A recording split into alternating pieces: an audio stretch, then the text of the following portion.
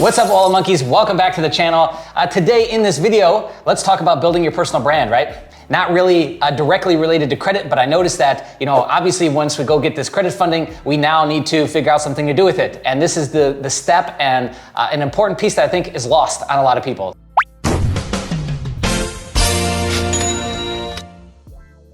Building a personal brand, it's like, I'm gonna probably say this 50 times during the video, but when's the best time to plant a tree?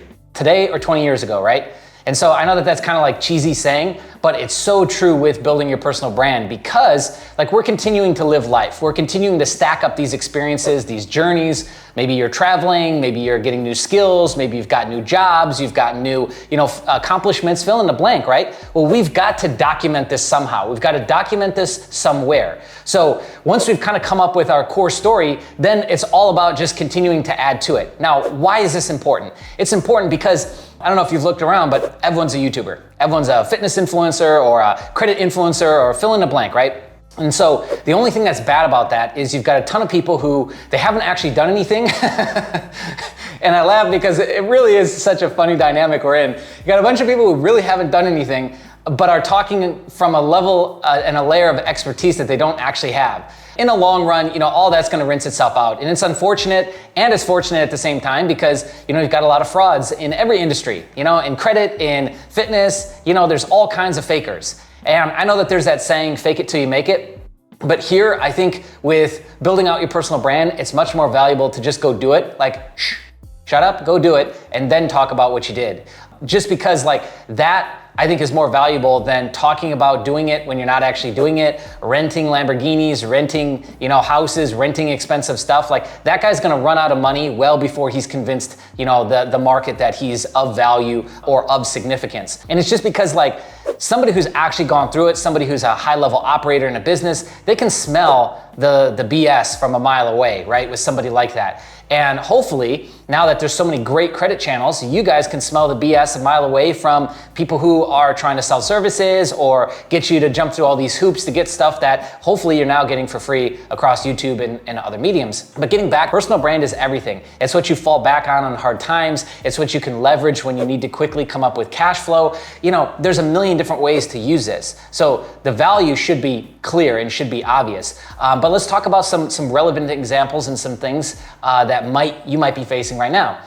It's tax season. So I know people right now who got hit with tax bills that they weren't expecting. Now I've got one of two options. I can go max out a credit card or hit a $3,000 to $5,000 payment or more on a credit card, or I can just go and immediately leverage my personal brand and I can do a masterclass on Zoom, charge people $100 right now. Go to my warm audience, bang, do it. I could go and do a weekend workshop, in person. I could put on an event. I could schedule out, a bigger conference for later on in the year. There's a million different ways that I could leverage my personal brand right now if I had it. But if I have nothing, I have no domain, I have no website, I have no social medias, right? How am I gonna do that? That's why it's one of those things that you want to continually, even if you don't touch it every week, every month, you want to continually be stacking and adding. Now let's talk about the vehicles, right? The platforms for which we then communicate through. I think at your core, you should have a home base. You should have a website, whether it's your name or your tagline or something that's yours. And that's where we maybe add articles about recent experiences, stories, things like that we want to share, update our skill sets, talk about how we've got 10, 20, 30, however many years of experience doing this thing, right? And then from there, pick at least one social media platform. And it's really gonna be based on what kind of content do you wanna do? Long form, short form, video, show your face, don't show your face, whatever. I would just argue that if you want to build authority about yourself, you probably have to show your face. Pick your platform in terms of social media. Now, I do not subscribe to the Gary Vee standard that you should be everywhere and in everyone's face, documenting every part of your life. I think that's really annoying. And it's clearly worn out the market because what he didn't expect, I assume, when he started talking about that 5-7 years ago, is that everyone would start doing it. Everyone that's accomplished things, and unfortunately, a lot of people who have accomplished and done nothing but want to look like they've done something.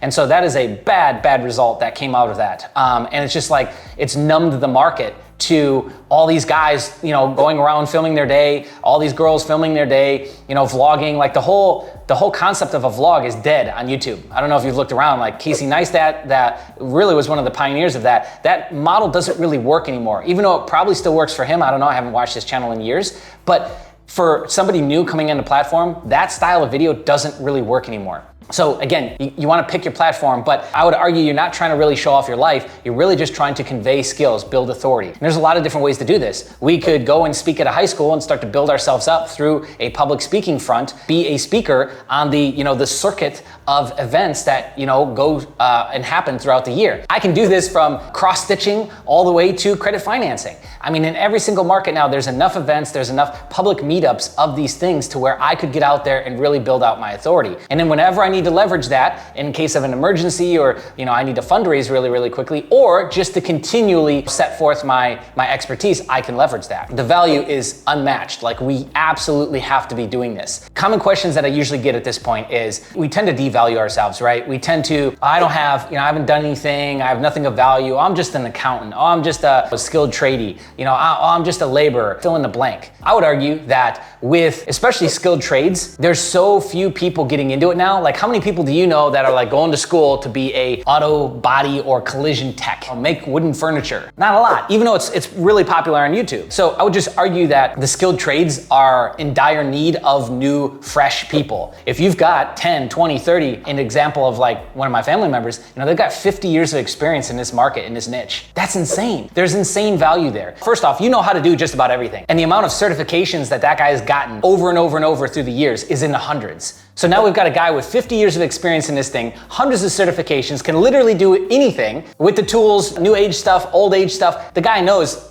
from A to Z. How's that not valuable? So it's just that maybe he hasn't figured out how to convey that value, and he really hasn't built up authority behind that value. So that's all we need to focus on doing, right? I hope that makes sense. I don't want to get too deep into it. This is clearly a topic that I could talk about for a very, very long time. I just want to plant the seed inside your head that if you've now gotten credit funding, or you want to, whatever you want to get into, real estate, Airbnb stuff, even though I would argue a lot of that's going to be dead for the next couple years. Building out a personal brand, focus on what you've done more so than what you want to do or what you're working on right now. Because it's very easy to fall into that trap. And I understand that right now, because that's popular and it seems to be working. Like, we go and get professional photos done, we talk about how great we are, we write a book, self-publish, we get 100 reviews on it or whatever, we go and rent some exotic cars, we put on this event at who cares what location, and bam, it's like the influencer fast track program.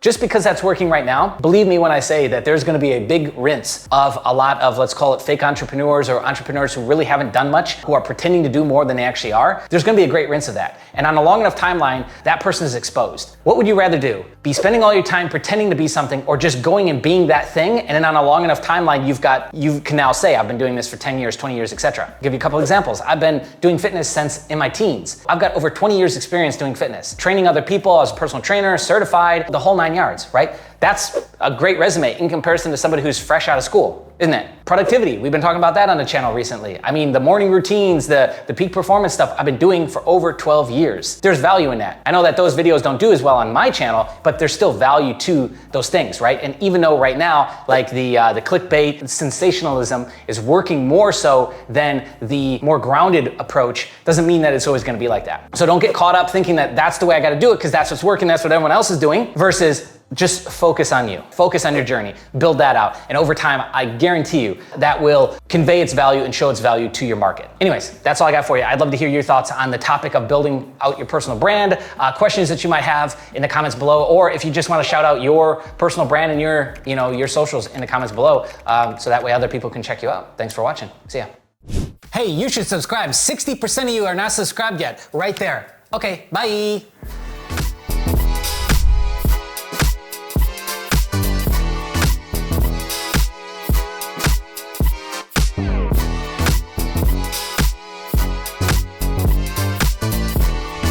Monkey!